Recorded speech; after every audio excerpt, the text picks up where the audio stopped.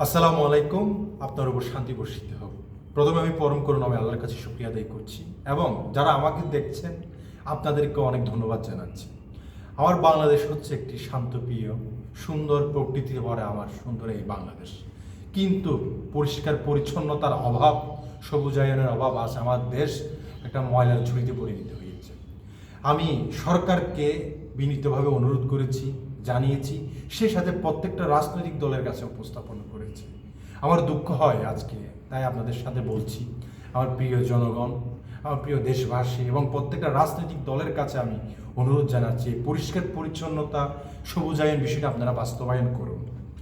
আসলে আপনি মনে করেন আপনার বাসা অনেক সুন্দর, অনেক দামি বাসা, কিন্তু ওইখানে যদি একটা ইঁদুর মরে থাকে, আপনি ওই বাসাতে কি থাকতে পারবেন? পারবেন না।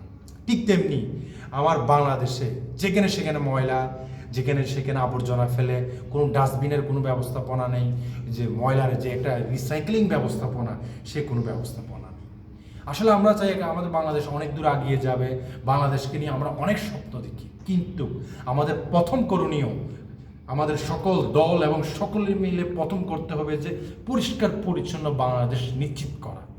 আপনি মনে করেন প্রিয় নবী সাল্লাল্লাহু আলাইহি সাল্লাম বলেছেন, পরিষ্কার পরিচ্ছন্নতা ইমানের অংশ, অর্থাৎ ইমানের অর্ধেক।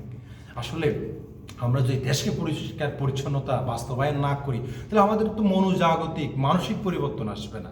যদি চারপাশে পরিষ্কার পরিচ্ছন্ন থাকে, ডেকে সিস্টেম বাস্তবায়ন হয়, তাহলে মানুষের মধ্যে একটা ইতিবাচক পরিবর্তন আসবে। যেমন জাপানের স্কুলে এই পরিষ্কার পরিচ্ছন্ন ব্যবস্থা বিষয়টা শেখানো হয়।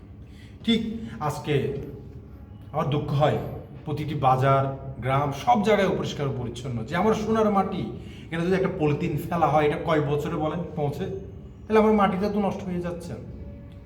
আমি মনে করি সরকারের এবং প্রত্যেকটা রাজনৈতিক দল ঐক্যবদ্ধ হয়ে এই বিষয়টা বাস্তবায়ন করা, না হলে আমাদের এই উন্নয়ন, সমৃদ্ধি, পরিবর্তন, এই সব পরিবর্তনের মূলে আমি মনে করি পরিষ্কার পরিচ্ছন্ন সবুজায়ন বাস্তবায়ন করা।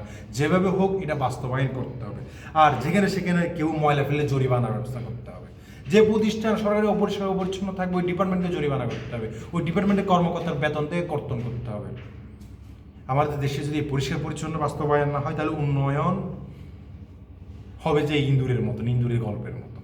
ঠিক আমি আমাদের সরকার এবং প্রত্যেক রাজনৈতিক দল সকলকে এবং দেশের প্রত্যেকটা জনগণকে অনুরোধ করব, সকল রাজনীতি, এখানে আমরা এই পরিষ্কার পরিচ্ছন্ন সবুজায়ন বিষয় নিয়ে আমরা এটাতে নিয়ে পলিটিক্স না করে সবাই ঐক্যবদ্ধভাবে যদি কাজ করি, তাহলে আমাদের দেশটা একটা সুন্দর দেশ পাবো। আমি সবাইকে অনুরোধ করব এই পরিষ্কার পরিচ্ছন্নতা এবং সবুজায়ন বিষয়টা আপনারা সবাই গুরুত্ব দিবেন এবং এই বিষয়ে সবাই এগিয়ে আসুন। প্রত্যেকটা জেলা, প্রত্যেকটা থানা, প্রত্যেকটা গ্রাম, প্রত্যেকটা বাড়ি যাতে পরিষ্কার পরিচ্ছন্ন ব্যবস্থা যদি তার হয়, তাহলে আপনি দেখবেন বাংলাদেশ এমনি আসলে সিঙ্গাপুর বলেন ওই দিকে আগাবে, উন্নত কান্ট্রির মতন আগাবে। যদি সারা বাংলাদেশ ক্লিন থাকে, সবুজায়ন থাকে, বিদেশ থেকে একটা পর্যটক এসে দেখবে কি বাংলাদেশ, বাহ খুব সুন্দর। তাই আমি আবারও আপনাদের কাছে অনুরোধ করছি, আপনারা সবাই এই বিষয় নিয়ে যে যে অবস্থানে আছেন সেখান থেকে আওয়াজ তুলুন। আপনি বলেন, অনলাইনে এসে বলেন পরিষ্কার পরিচ্ছন্নতা দরকার, প্রত্যেকটা দলকে বলেন, সরকারকে বলেন, প্রত্যেকটা ডিপার্টমেন্টকে বলেন কেন বাস্তবায়ন হচ্ছে না, এটা কীভাবে করা যায়, এটাকে ফার্স্ট প্রায়োরিটি দিতে হবে। সরকার এবং রাষ্ট্রের এবং প্রত্যেকটা দলের এটা ফার্স্ট প্রায়োরিটি দিতে হবে। কারণ আমরা দেশ পরিবর্তন চাই, আমরা সুন্দর জীবন চাই, আমরা নতুন দেশ চাই, যেন সবাই একটা কিরকম একটা পরিবর্তন আসতে হবে। এই পরিবর্তনের শুরু হবে পরিষ্কার পরিচ্ছন্নতা ইমানের অঙ্গ, বিশ্বাসের অংশ। আপনার দেশ পরিষ্কার পরিচ্ছন্ন হলে, আপনি নিজে পরিষ্কার পরিচ্ছন্ন হলে একটা তাহলে সুন্দর দেশ হবে। এছাড়া তো কোনো সুন্দর দেশ কল্পনা করা অসম্ভব। আসসালামু আলাইকুম, ভালো থাকবেন আপনারা সবাই, আমার জন্য দোয়া করবেন, আমিও আপনাদের জন্য দোয়া করছি। আসসালামু আলাইকুম।